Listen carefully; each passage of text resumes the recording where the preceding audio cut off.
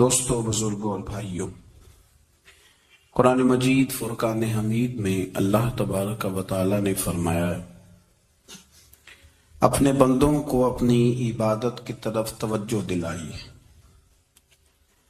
اپنے بندوں کے دلوں میں عبادت کا شوق، ذوق اور نظریہ پیدا فرمایا۔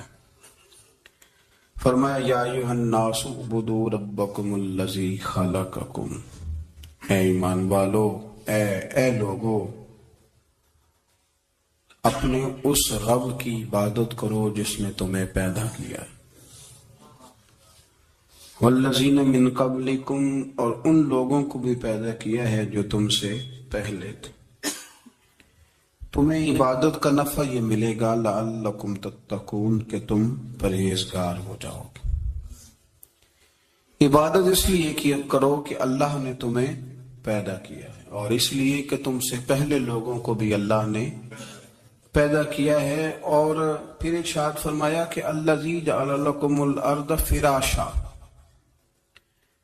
وہی رب ہے جس نے تمہارے لیے زمین کو فرش بنایا ہے، والسماء بناء، اور آسمان کو چھت بنایا، وانزل من السماء ماء فاخرج به من الثمرات رزقا لکم، زمین کو فرش بنایا، آسمان کو چھت بنایا، پھر آسمان سے پانی برسایا جس کے ذریعے پھل نکالے، اور وہ بھی کسی اور کے لیے نہیں، رزقا لکم، تمہارے رزق کے لیے، وہ بھی تمہارے رزق کے لیے۔ یہ ساری نعمتیں تمہیں دی ہیں، اب فلا تجعلوا للہ اندادا، اب تم اللہ کے ساتھ کسی کو شریک نہ بناؤ، وانتم تعلمون، تم جانتے بھی ہو، تمہیں خبر بھی، تمہیں پتہ ہے کہ عبادت اللہ کی کرنی چاہیے، تمہیں پتہ ہے کہ نماز پڑھنی چاہیے، تم جانتے ہو کہ نوافل ادا کرنی چاہیے، تمہیں پتہ ہے کہ سجدے آنکھیں بند کر کے، جھوٹ کی زندگی جی کے، اپنے ساتھ بددیانتی کر کے، دھوکہ دے کے، اپنے آپ کو دائیں بائیں، اپنے آپ کو کہیں مصروف رکھ کے کچھ وقت ضائع تو کر لیتے ہو، پر تمہیں پتہ تو ہے نا کہ عبادت اللہ کی کرنی، تمہیں اس کی خبر ہے۔ فرمایا اس رب کی، دیکھیں نا، انسان پر اگر کوئی شخص نیکی کر دیتا ہے، احسان کر دیتا ہے، تو انسان اس کے سامنے پھر گردن نہیں اٹھا سکتا، یار یہ میرے مشکل وقت کا دوست ہے، اس نے میرے ساتھ نیکی کی، کبھی بھی گردن نہیں اٹھائے گا، جھکا کے رکھے گا۔ تو اگر عام کوئی نیکی کر دے تو اس کے سامنے انسان کبھی گردن نہیں اٹھاتا، تو جو رب ساری نعمتیں عطا فرمائے، جو کہے کہ تیری تخلیق میں نے کی، تجھ سے پہلوں کو بھی پیدا میں نے کیا، تیرے لیے زمین کا بچھونا بھی میں نے بچھایا، آسمان کی چھت بھی میں نے لگائی، تیرے لیے زمین سے ساری اناج کو، پھل کو، کھیتیوں کو نکالا بھی تیرے لیے، اب تو اس طرح کر کہ تو میری عبادت کر، تو میری بارگاہ میں جھک جا۔ بہت سارے نشے لوگوں کو لگے ہوئے ہوتے ہیں، ہر آدمی کوئی نہ کوئی نشہ کرتا ہے، کوئی دولت کا کرتا ہے، کوئی شہرت کا کرتا ہے، کوئی اپنی تعریف کا نشہ کرتا ہے، دو چار لوگوں سے تعریف سن کے مطمئن ہو جاتا ہے۔ ناراض تو نہیں ہو گیا اس جملے سے آپ؟ کرتے ہیں لوگ دولت کا نشہ بھی، یہ جب نقصان ہوتا ہے تو بندے بیمار نہیں ہو جاتے، پیسے ڈوب جاتے ہیں تو لوگ بیمار نہیں ہو جاتے، تو اس کا مطلب یہ ہوتا ہے کہ نشہ ٹوٹ گیا ہے۔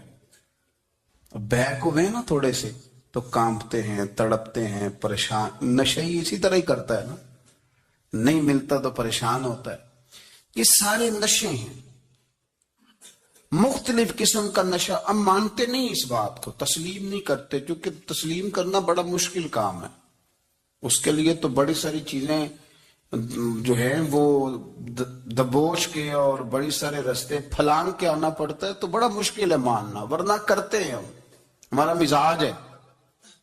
یہ گھومنے پھرنے کا، دنیا دیکھنے کا بھی ایک نشہ ہے، یہ بہت ساری باتیں کرنے کا بھی ایک نشہ ہے، گپ شپ کا بھی ایک نشہ ہے. دو چار لوگوں کی جب تک پگڑیاں نہ کھول لیں بعض لوگوں کو نیند نہیں آتی. یہ غیبت کا، چغلی کا، بددیانتی کا یہ بھی ایک نشہ ہے. اس پر مولا رومی رحمت اللہ نے بڑا کلام لکھا ہے. وہ کہتے ہیں مانگ کے کھانے کا بھی نشہ ہے،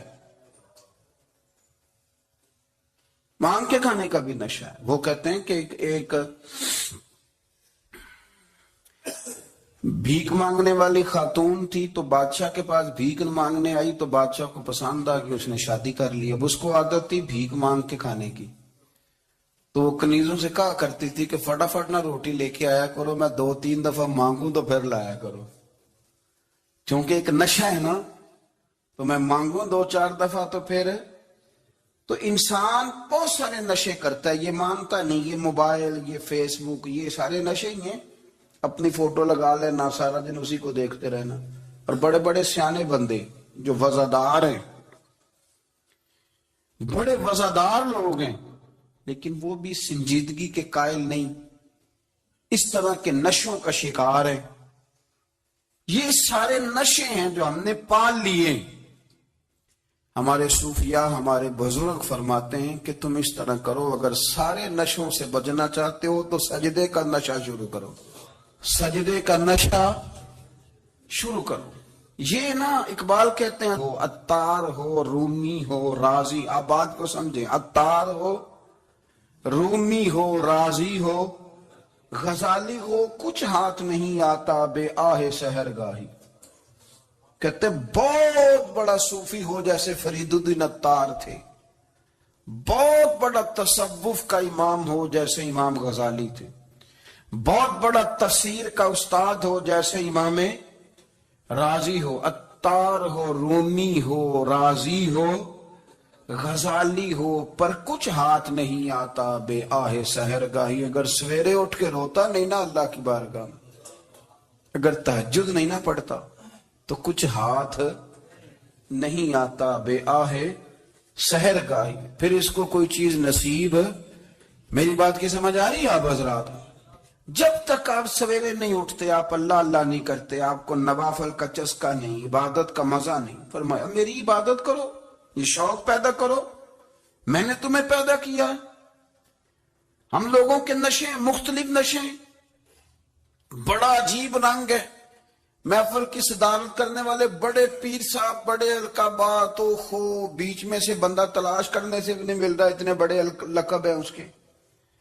لیکن وہ ساج سنور کے 2.5 گھنٹے بیٹھا رہا محفل میں، اور نماز کا وقت آیا تو اس نے مختصر سی پڑھی اور نکل گیا. ہلکے سے سجدے کیے. او اتنا بڑا عشق رسول نعت کا، او ہو کیا بات ہے.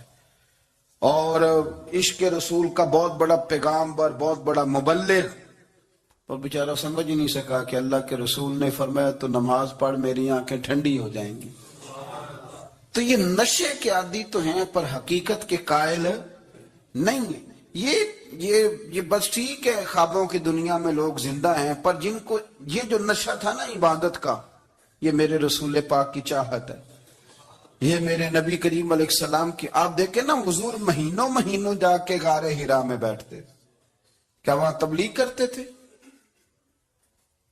کوئی کتاب لکھتے تھے؟ رسول کریم علیہ السلام مہینہ رہتے غار حرا میں. کوئی نہ مجھے دیکھے، کوئی نہ مجھے ملے. حضور یہاں کیا ہے؟ فرمایا میں اپنے رب کی عبادت کروں گا. نبی کریم علیہ السلام نے سجدوں کے ساتھ پتھروں اور پہاڑوں کو آباد کر دیا، سجدوں کے ساتھ. آپ کا سجدہ آپ کو بہت ساری چیزوں سے چھڑا لیتا ہے، یہ بہت ساری جگہوں سے جھکنے سے بچا لیتا ہے. صوفیاء، اولیاء یہ کیا کرتے تھے؟ یہ سجدے کا ذوق ہی تو پیدا کرتے تھے. سجدے کا ذوق. شاہ عبد العزیز دباغ رحمت اللہ تعالی علیہ اپنے مریدوں سے فرمایا کرتے تھے کہ اگر تم پکے نمازی بن جاؤ نا، تہجد گزار ہو جاؤ، تو میرے پاس آنا جانا چھوڑ دینا. اور اس کی حضور کیوں؟ فرمایا میں تمہارے اور رب رسول کے راستے میں رکاوٹ نہیں بننا چاہتا، اب میرا مقصود ہے تمہیں وہاں تک پہنچانا. جب پہنچ گئے تو پھر میری ضرورت ختم ہو گئی. ہاں کبھی وسوسہ آئے، شک پیدا ہو، تکلیف ہو تو آنا، ورنہ میں نہیں چاہتا کہ میں رکاوٹ بنا رہا ہوں. تم اللہ اللہ کرو، اس مالک کو راضی کرو. میرے رسول پاک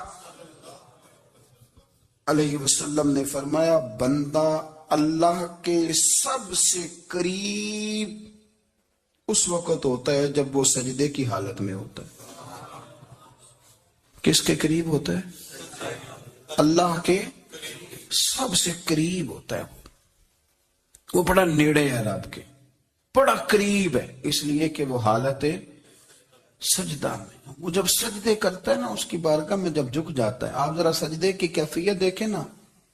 زبان بھی یہاں ہے، آنکھ بھی یہاں ہے، کان بھی، عقل بھی ساری، اس نے سارا کچھ رکھ دیا سجدے میں. آپ وہ کبھی پیچھے جائیں تو دیہاتوں میں کہا جاتا تھا ناک سے نکیریں نکالو. بہت بڑی سزا ہوتی تھی نا، ناک سے نکیریں نکالو، بڑی سزا ہوتی تھی. تو اس نے کہا مالک مجھے کسی نے کہا نہیں، پر دیکھنا میں نے رکھ دی ساری عقل سجدے میں، اور رکھ کے کہا کیا؟ سبحان ربی یا اللہ میں پست ہوں تو اعلیٰ ہے. اللہ تو میرا رب ہے اور تو سب سے